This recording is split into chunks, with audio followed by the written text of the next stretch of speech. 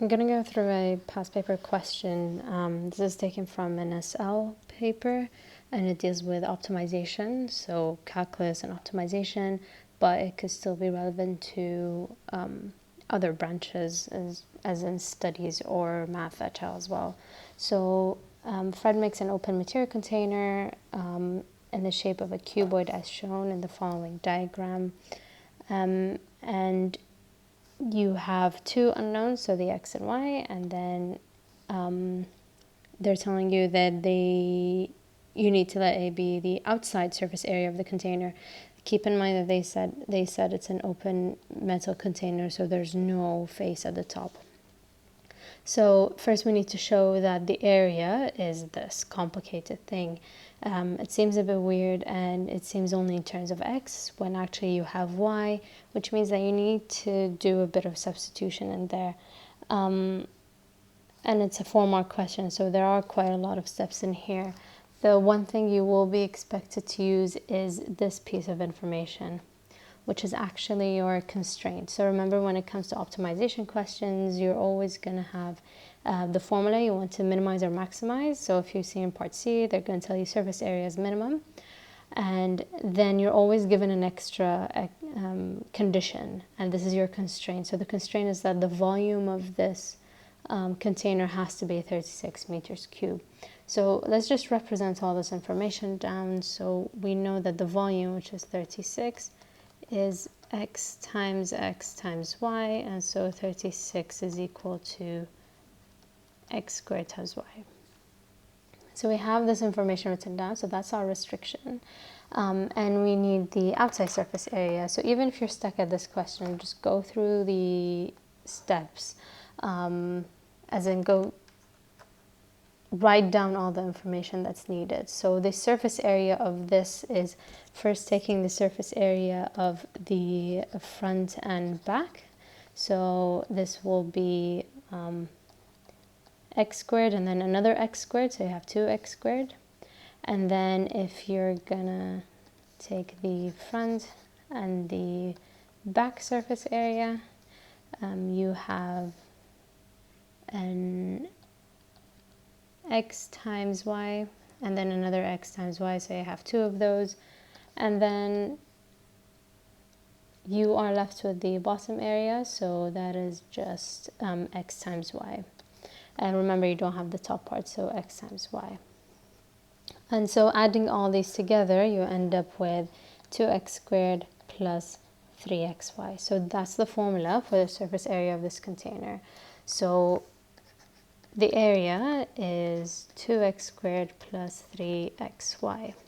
Now, you kind of notice that you have the 2x squared, but you don't have this part, which means that and there's no y in here, which means there's some sort of elimination of y. And actually, this is not a coincidence. This always happens with optimization questions. You always have 2 variables, so something x and y, and then you need, when you're trying to optimize, you'll have to eliminate one of the values from the function you need to optimize. So I want to optimize A, I need to find the maximum value of this, and I can't do it unless I have one single variable right now. So what I'm going to do is I'm going to replace this y. And the way to do it is to go back to your constraint. So this was our constraint. And I'm going to go back to our constraint and I'm going to rearrange it in terms of y. So if I make y the subject, I end up with 36 divided by x squared. So this is my new, this is how I could represent y. And I'm going to use this to substitute in here. So notice that this y, the specific y, can be rewritten as 36 over x squared. So this is an important property that you should know. So you have 2x squared plus 3x, and then in brackets, I'm going to sub the 36 over x squared. You should expect a 108 over x as at the top. So with these questions, it's quite easy to check if you've done it right, because you know where you should get to. So the 2x squared stays the same. The x and 1 power of x gets cancelled, so you're left with 1 an x to the power of 1 in the denominator. And then if you check that 36 times 3, that will give you 108. So you are left with 108 over x, which is what you needed. So now we have a function. Notice how I wrote a here because you have x and y, but now I have a function in terms of x only, so one variable. Part B would ask you to differentiate, and in order to differentiate a function, so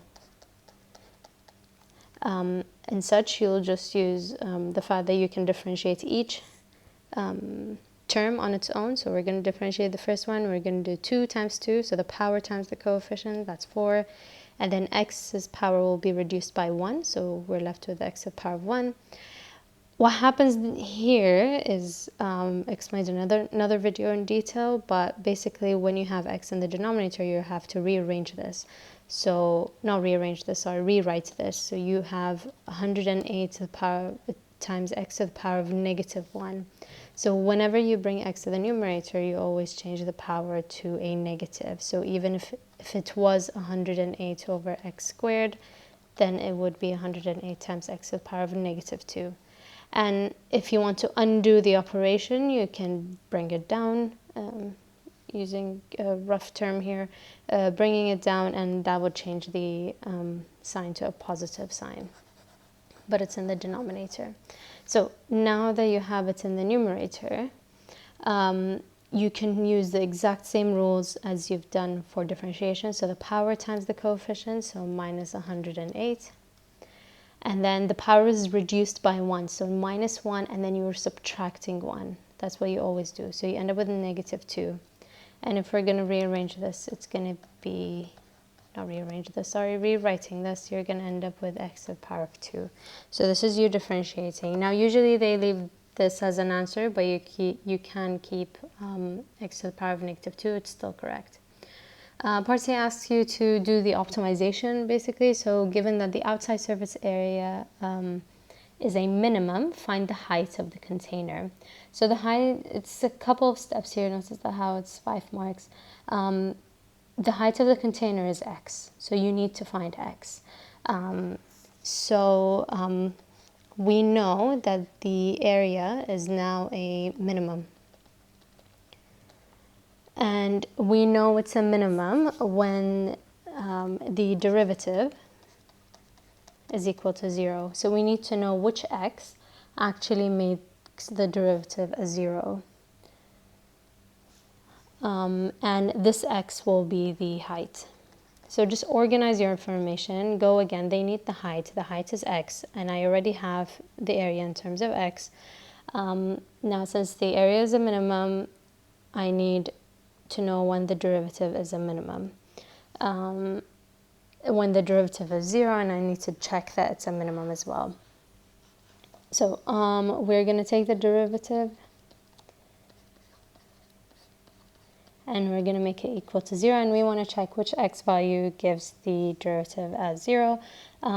We're just going to deal with the second term first and add 108 over x squared on both sides, or if you want, you can move 108 over x squared to the other side, whichever method you are comfortable with. And then you have a fraction, and you have an x to the denominator. That's not something you want to deal with, so just cross multiply. This is over 1. So you have 4x cubed is equal to 108. We divide the 108 by 4. And we get 27. And so x is equal to the cube root of 27, which is 3. So in order to get the minimum surface area, you need a height of 3. There are no plus and minus solutions in here, so you don't need to check that it's a minimum. If you usually, when you have quadratic functions, then you'd actually get 2 different options for a solution. You can check your answer with the second derivative. But in this case, you only check if you actually get for example, if it was a square root, you'd get a plus minus. So is it the plus, is it the minus that's giving you a minimum? You need to double check. In this case, we only get one answer. So the minimum is, the height that gives you a minimum surface area is 3. Part D says Fred paints the outside of the container. A tin of paint covers a surface area of 10 meters squared and costs $20. Find the total cost of tin needed to paint the container. So before we deal with the cost, we need to know the surface area that's going to be covered. Now I could use this formula, but actually I'm just going to stick to the formula that has the x in it, because I already have the x, I don't need to find the y. So we first need to know how much surface area we need to cover. So we're going to substitute 3. So we have 3 squared plus 108 over 3. And that's going to be, we have an 18